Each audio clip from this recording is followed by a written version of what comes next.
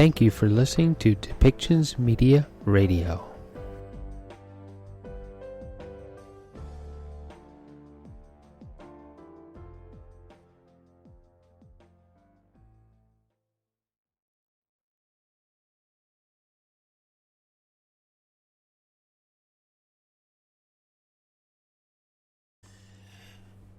Welcome back to Depictions Media Radio. I am Michael Cloggs, your host.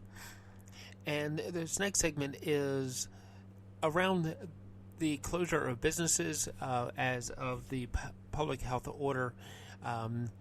Gyms, pubs, bars, and nightclubs are ordered to close because of the Omicron variant.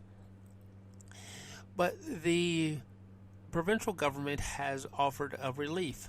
The COVID Relief Closure Fund, the COVID-19 Closure Relief Grant will supplement federal support programs and provide funding to help affected businesses alleviate some of the financial pressures and help with expenses including rent, employee wages, insurance, maintenance, and utilities. In this segment, you will hear from Mike Farnsworth and Ralphie Kanan actually talk about what is coming up with the closures and how this relief grant will actually work.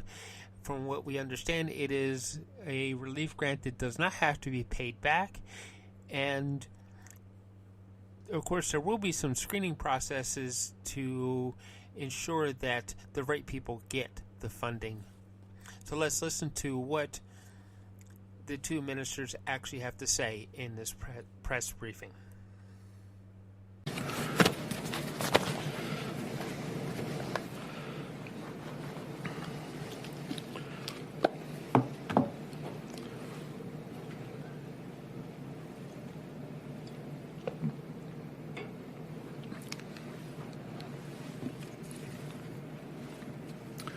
Good morning.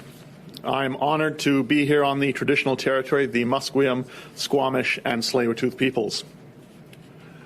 On Tuesday, Minister Dix, Dr. Henry, and I announced new restrictions to help flatten the curve given the sharp rise that we are seeing in COVID-19 cases.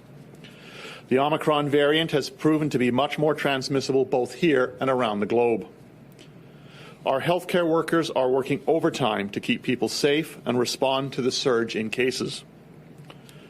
But we need British Columbians to redouble our efforts to slow the spread and to avoid any further burden on our hospitals. We need to support our healthcare workers and help ensure that healthcare services continue to be there for people when they show up at hospitals needing care. Also on Tuesday, I spoke of the efforts of the Provincial Minister and COVID-19 Working Group to investigate supports for those who are affected by the new restrictions. And I want to report that due to the efforts this week of the Ministry of Jobs, Economic Recovery and Innovation, Minister Callan, who is joining me today, will run through the details of those new supports. Funding relief is coming for those businesses ordered closed. These closures are not something that anyone wants before the holidays, but the reality is we are faced with having to make these restrictions to protect each other and our hospitals. I also want to take this opportunity to reiterate a warning about the severe winter weather we are expecting through to the new year. In the coming days, periods of heavy and blowing snow, freezing rain, and very cold weather are likely in most parts of BC. In some areas, that weather has already arrived. We've been working this week to ensure both provincial road crews and First Nations and local governments are prepared for what is to come.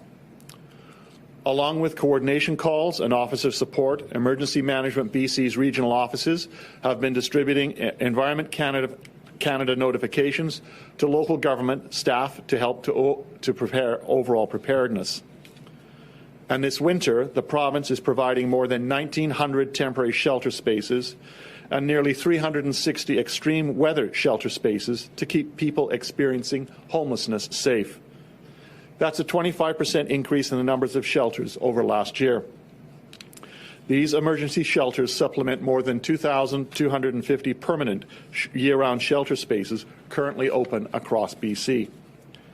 Outreach workers in various communities across our province are providing people who are homeless with information about the shelters and the potential weather emergency, and the response shelters that are available in their communities. The police will also connect people who are homeless with shelter supports and services where needed. We've seen this kind of outreach over the past several months in Prince George, for example, where service providers have been attending a homeless encampment in Prince George almost daily to inform residents of their options for shelter and to provide them with information. When a person expresses interest, the outreach workers help facilitate the moving of their belongings and the person themselves to an available shelter. This gives people who are living or sleeping on the street or in public places a warm place to sleep with food and other supports in extremely wet or cold weather. This government and your First Nation or local government are all doing our part given the forecast conditions. However, it is vital that all of us step up to prepare, to do what is necessary to protect themselves, their families, and vulnerable friends or neighbours. I urge everyone to weather forecasts and road closures. Focus on weather alerts for your area from Environment Canada.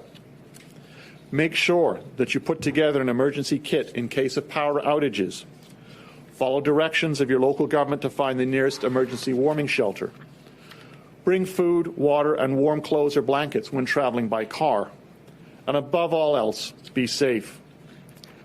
Lastly, on behalf of government, I want to wish happy holidays to everyone celebrating in BC. I know this is not the Christmas that we are hoping for, but I also know how resilient we are in this province. Our government is going to continue to be there for people and businesses, and I know British Columbians will continue to be there for each other. I hope that everyone can have a happy, safe, and healthy way to celebrate through the new year as we look to better days ahead. With that, I will pass this update over to Minister Kahlon to provide details on the business supports. Thank you.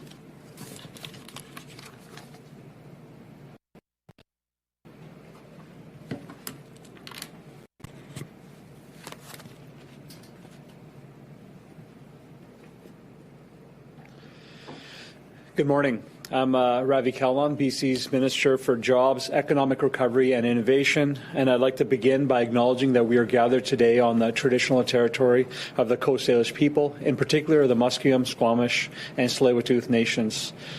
Earlier this week, Dr. Henry announced temporary orders to help us address the sudden surge of COVID-19 case counts here in British Columbia. I think it's fair to say that we're all exhausted by COVID-19, but unfortunately, COVID-19 is not done with us. People, businesses, and our communities have been through a lot this year, and I recognize how difficult yet necessary these health orders are for our health and safety, and how challenging these are for businesses, for owners, for workers, their families, customers, especially at this time of year. Businesses across the province have been working hard to do everything they can to keep people safe. They have been resilient time and time again. I know for those operating gyms, fitness centers, bars, nightclubs, and banquet halls, this is going to be a very challenging time of the year. As we have done since the beginning of this pandemic, our government will always be there to support those hardest hit. And I want to share that help is on the way. Today, I'm pleased to announce that the Government of British Columbia is establishing the COVID-19 Closure Relief Grant.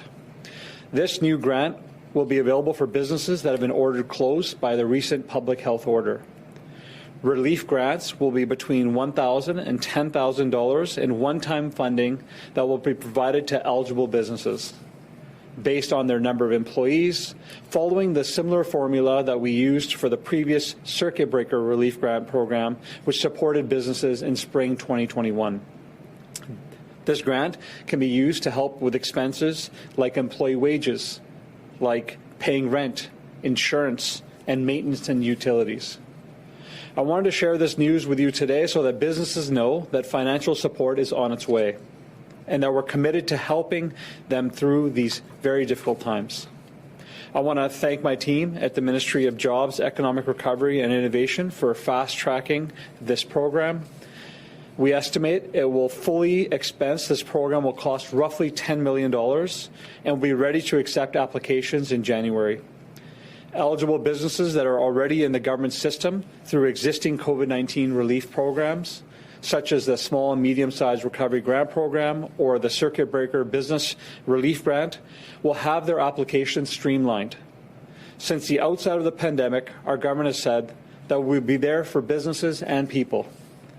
That is what this grant is all about, helping these businesses in time of need. And I want to, and it complements the supports announced by the federal government yesterday. We've seen and felt the toll of this pandemic, and we know how much of it has been felt by some of our businesses. We understand that the news around the orders and the timing is incredibly challenging.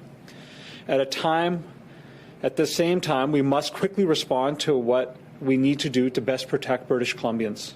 We cannot leave Omicron unchecked. We will continue to listen and learn and respond to the evolving situation. This grant is one way to directly help through this difficult time.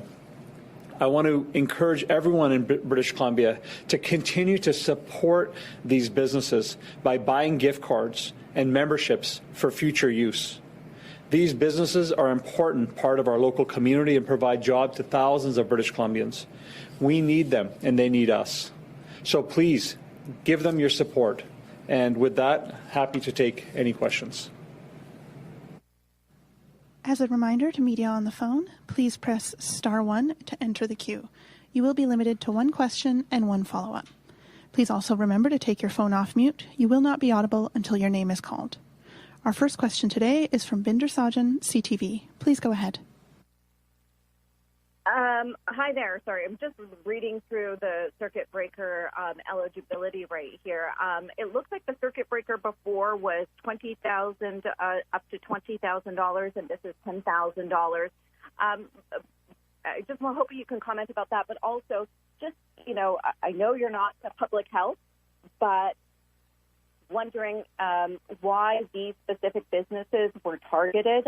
Some people are saying, they've taken all the precautions necessary, haven't seen any spread in their locations, and just wondering why, specifically fitness facilities were shut down. Yeah. First, your first question, Binder, on the previous circuit breaker grant was 2 months, and that's why it was up to $20,000.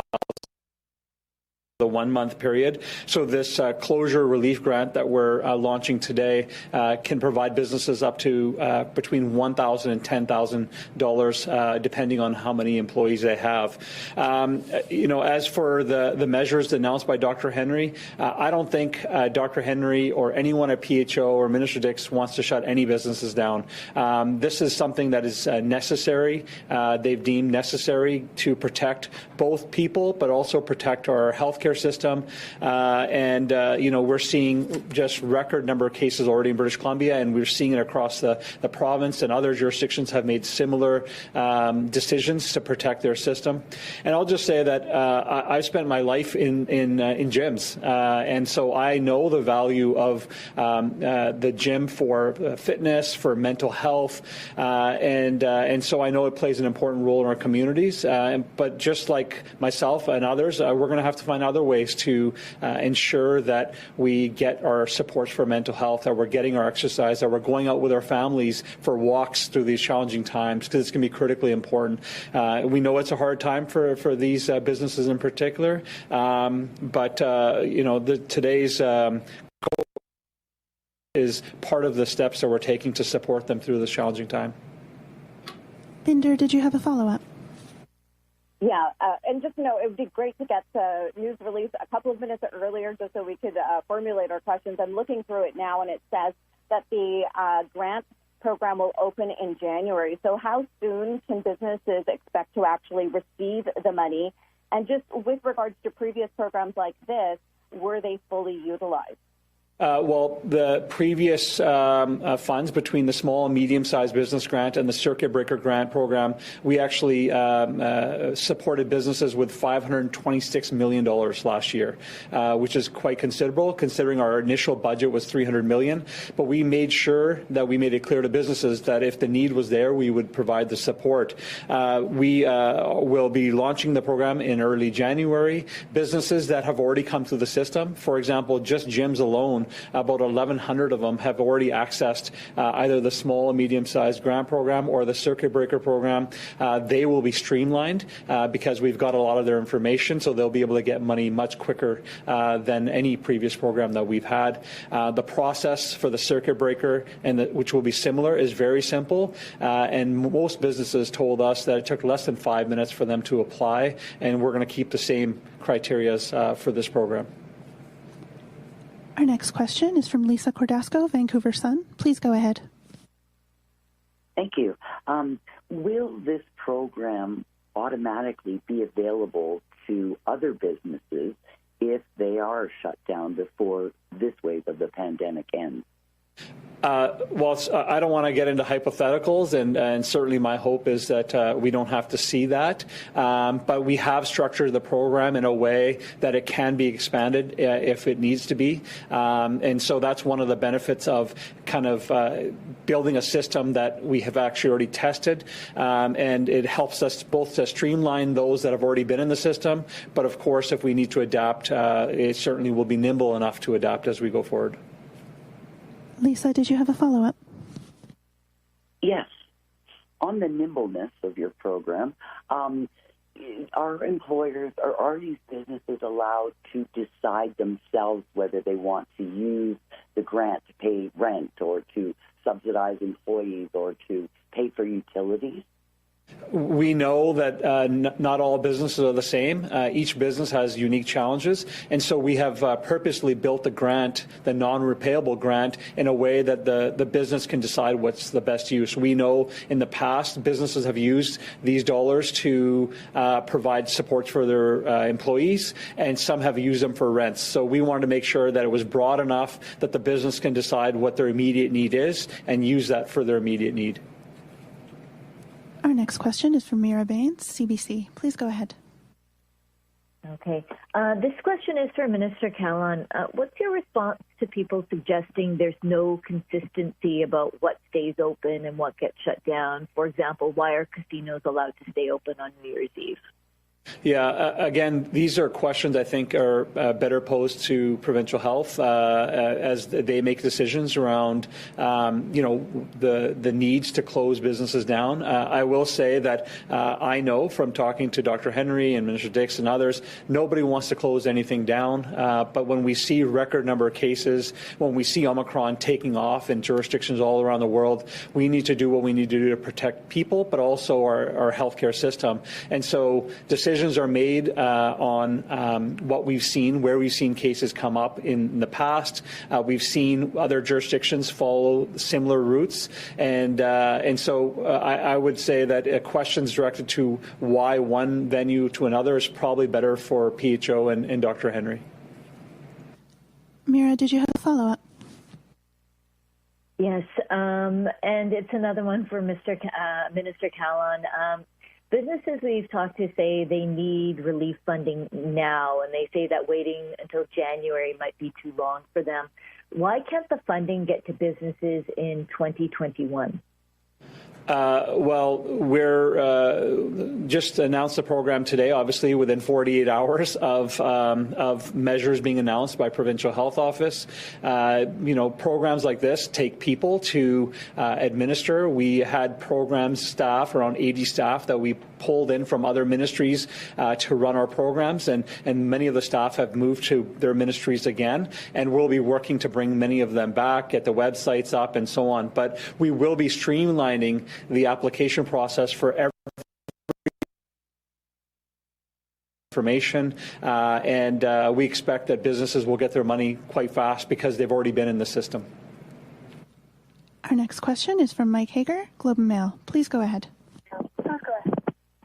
Thanks, ministers. I'm just curious as to whether Omicron is affecting your staffing levels in the provincial government? Are programs being impacted by the level of people calling in sick? Thanks for the question. Certainly, we haven't seen many impacts within my ministry. I can't speak for on behalf of government. Minister Farnworth might want to take that question. Do you want to take? Okay, I'll give it to Minister Farnworth. No, thanks for that. Thanks for that question, Mike. I think the challenge that we are seeing is that it's not just Omicron, but over the past year, it has been Omicron, it has been fires, it has been floods, it has been heat dome, it has been a whole range of emergencies that the province has been facing, and it puts a lot of challenges and a lot of stress on a very hardworking public service in this province. And first responders and communities as well. So all of those things together have created significant challenges. But I have to say that people have stepped up and are doing a remarkable job.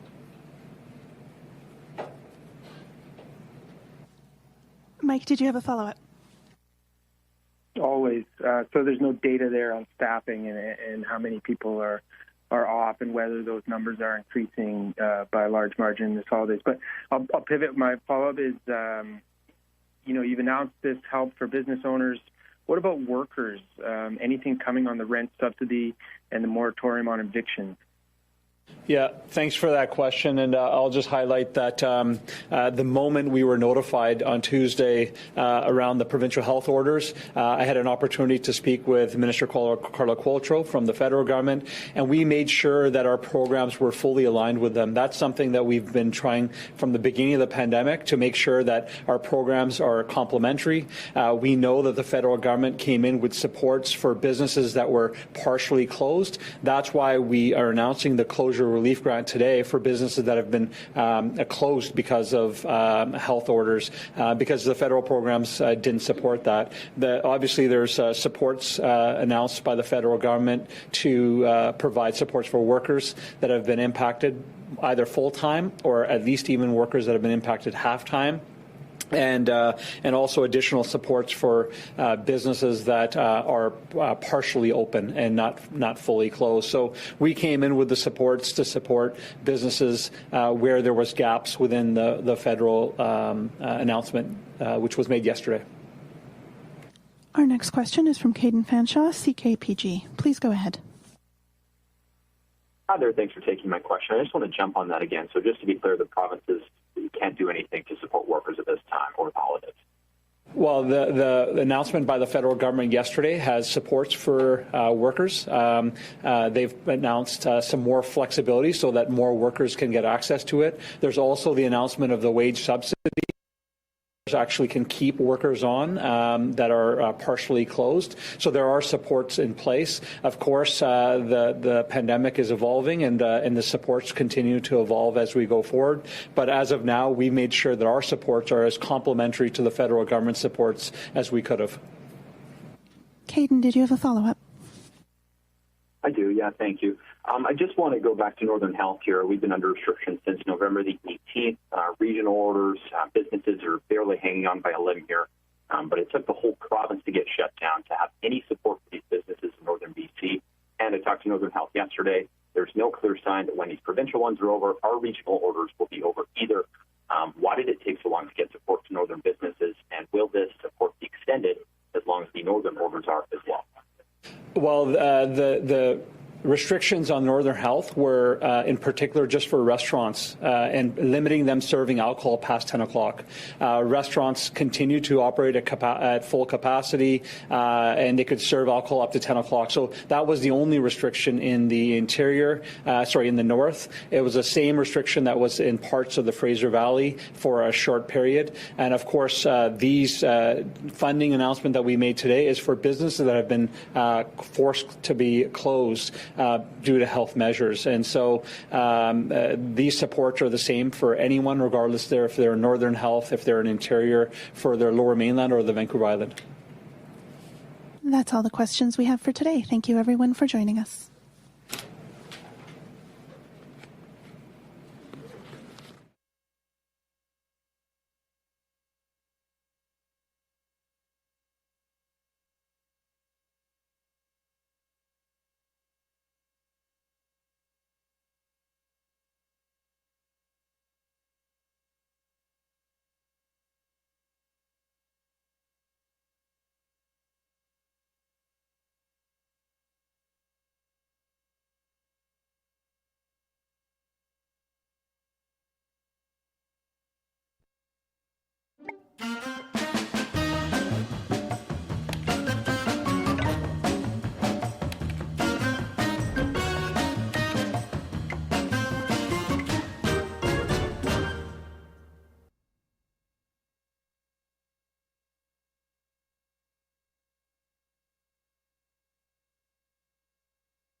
Hey, I'm Russ Ruffino, and if you're a coach, consultant, expert, author, or speaker, I have just one question for you.